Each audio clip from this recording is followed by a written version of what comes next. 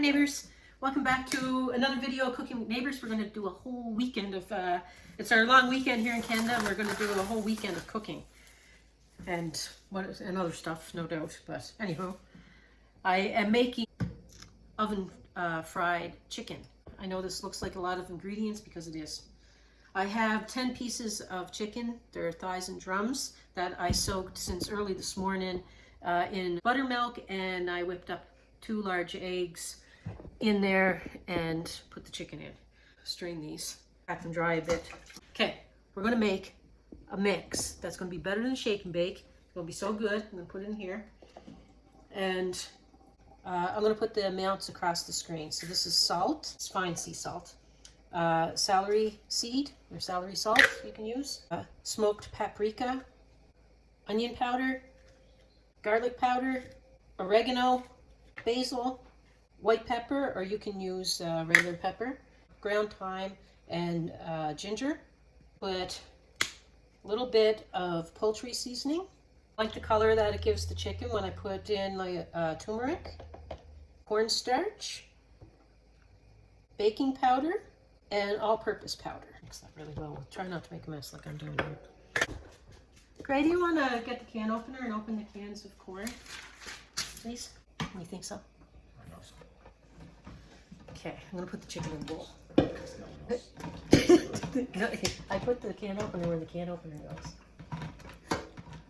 That sucks. Yeah, the can. I need a new can opener. Yeah, but this used to be a good one. It used to be. It doesn't work very well now. Back in 1997, it was a good can opener. Yeah, well. Now it's a piece of crap. That's why I said you go open it. Is this company still in business? Oh yeah. Starfrit? Yeah. Okay, well Starfrit, your can opener sucks. And you barely get 20 years out of the damn thing. Okay, I'm gonna put the seasoning on the chicken. You do like corn? Yeah, we're gonna do the corn with the mushrooms and stuff. Just put them over there, yeah. You can strain them though, if you want, please. Coat these really well. I'm gonna wash my hands again. Nothing to strain. You can use your hand to strain it. Put your hand over the can. Crazy. Yeah, like that. And pour it. Oh goodness. It's disgusting. It's not cream, it's cooking. That's what you do. You put your hands in there and get dirty. Get down and dirty there, baby. That's what I do at work. It's not what I do at cooking. Okay. Okay. Consider it strained. I got more of this on my hand than I do the chicken. I gotta wash my hands so I can get the oven preheated. I gotta really wash my hands really good. Over here, neighbors, I have some potatoes going. They're russet potatoes, peel on. I'm gonna do something kind of different with them. So anywho, let's get this going. I'm gonna preheat the oven for 400 degrees Fahrenheit. I'll put the Celsius across the screen. Okay, massive amount of foil. Bigger's better. Okay, I have 2 cans of corn. And I have a bunch of mushrooms. Probably about 450 grams worth of mushrooms. You can use canned. Hey, Graham. Sure. We did that many times. Just that I have these, so we use it. You can put like a can or 2 of mushrooms in. I'm just going to use my hands. A bit of olive oil. Mushrooms are going to shrink a lot. A few good tablespoons of butter, probably like 4. And your favorite barbecue sauce. About a half a cup to a cup, depending on how much you put in there. Actually, honey, so that you got the bigger. We're going to put this on the barbecue in a little bit when we do the potatoes.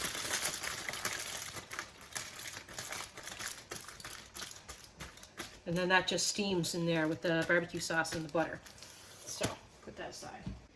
She's eating with her daddy. That's my cooking. Okay, neighbors, my potatoes, they're tender, like they're not like falling apart soft. You just want them to be basically cooked. They're going to finish cooking on the grill, but that you can pierce them you know, with a little resistance, but they're good. You want them to still be hot for what I'm doing here. Chicken is smelling amazing. If you pat the chicken dry, you'd be able to get more of the seasoning to stick to it. So, you want to slice these kind of thick because you don't want them to fall apart. You want them to still be hot for what I'm doing.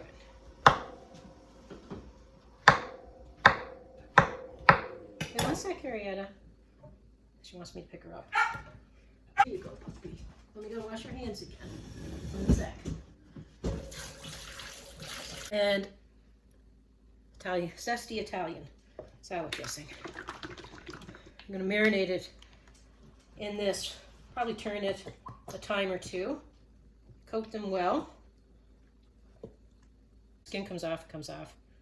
I like the skin on the potato. I'll move them around a little bit. But because they're hot, they can absorb the flavors from the salad dressing. You waiting for the chicken, Arietta? So I put the potatoes on the barbecue, but first I put the foil wrap of corn and mushroom on. Probably about 10 minutes or so before, 15 minutes maybe, before I put the potatoes on. So yeah, I got them, well, I had to turn it down, it was cranked. Try to keep it around 350.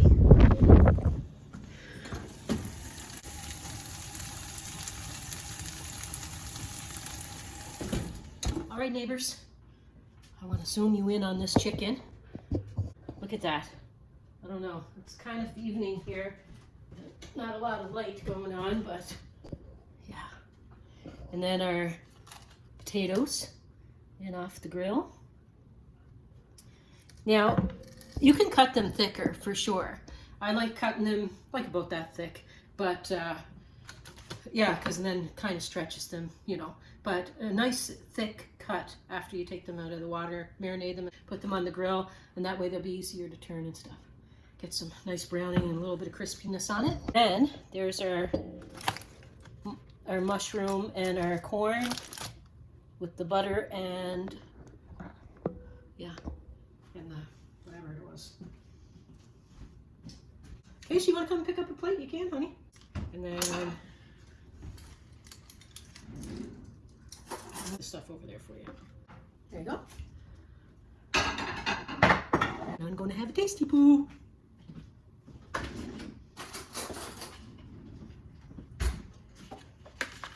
Now, I find with chicken legs, more so than chicken breast, even though it's cooked at 165, I find that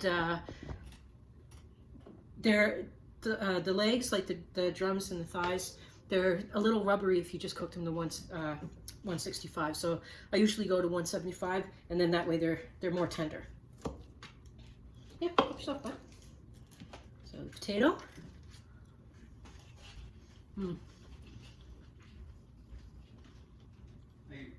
You're welcome, sweetheart.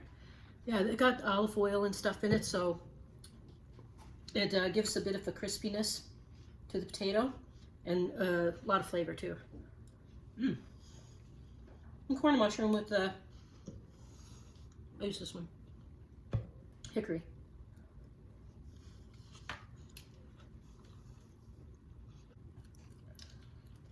Oh, I'm just gonna crispy. That's kind of messy eating, isn't it? Sorry.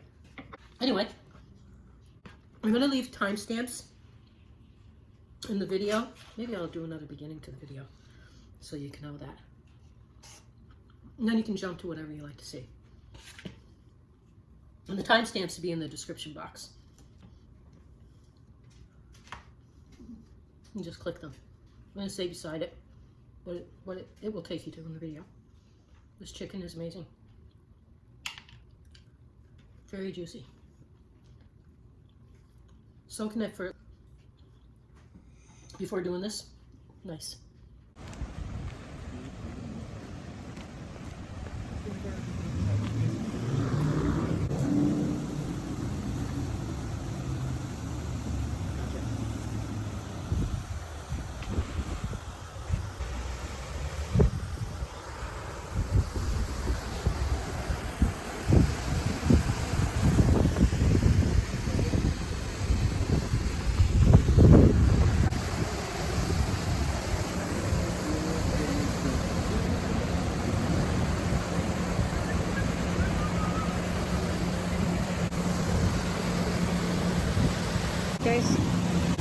and my hubby, and me.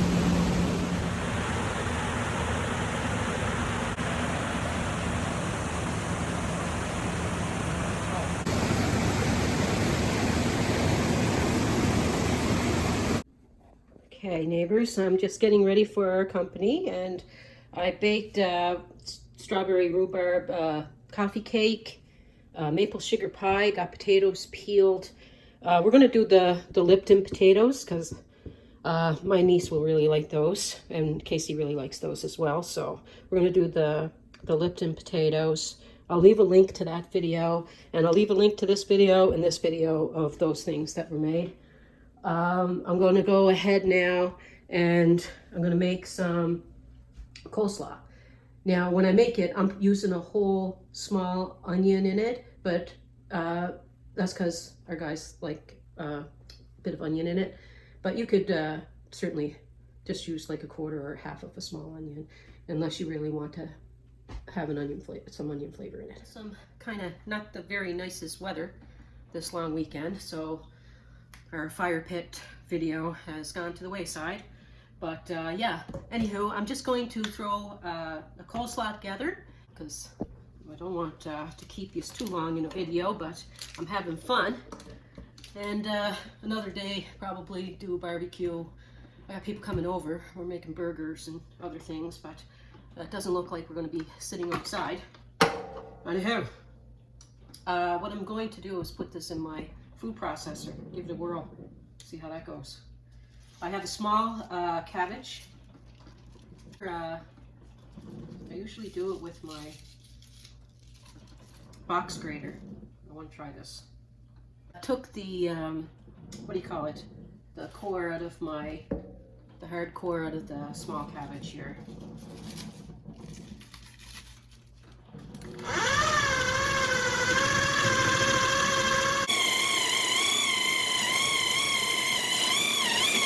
You should have seen that carrot go in. I'm getting another carrot.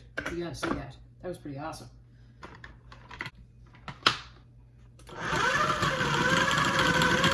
I put a small onion in. I don't know if it was on when I was doing that. And like you could use red cabbage, some red onion, whatever you have. I put another carrot in here just because I like shredding it. Telephone. Man, I'll stick with the one carrot because this is definitely enough coleslaw for us. But man, this worked awesome. I never used it to do my coleslaw before. Like I say, I always used a box grater and then chopped it up finely. This was a lot faster, a lot more fun too. So I have one, like I say, one small onion, one small cabbage, and one really large carrot, actually. Okay, this is going to let out a lot of liquid. Half a cup of buttermilk or sour milk, half a cup of mayonnaise. So you want this to be several hours to overnight in your fridge. So mine is probably going to be 4 hours. 2 tablespoons of lemon juice, 2 tablespoons of apple cider vinegar. I'm going to put some salt and pepper. Probably about an eighth of or a fourth of a teaspoon of each.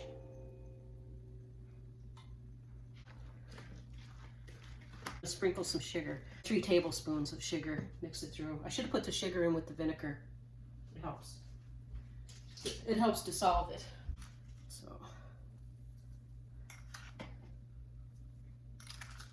So I'll stir this in an hour or two and then do that again a couple of times. That way I know the sugar is incorporated and melted through all of it too.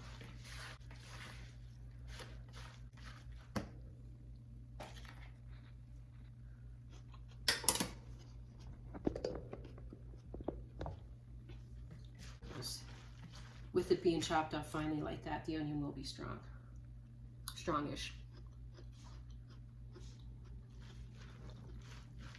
Tastes good though.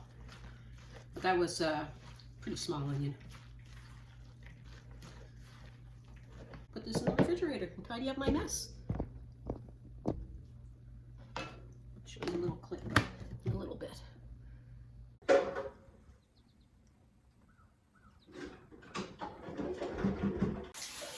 Well, neighbors, that's the end of our weekend here. We're on our last day of the weekend. It's Monday, and yeah, we had some nasty weather throughout Ontario. Hope everyone is safe. Yeah, so we didn't get to do some things, but yeah, hope that you enjoyed the video. I appreciate you all being in my life. Peace, love, God bless. Take care.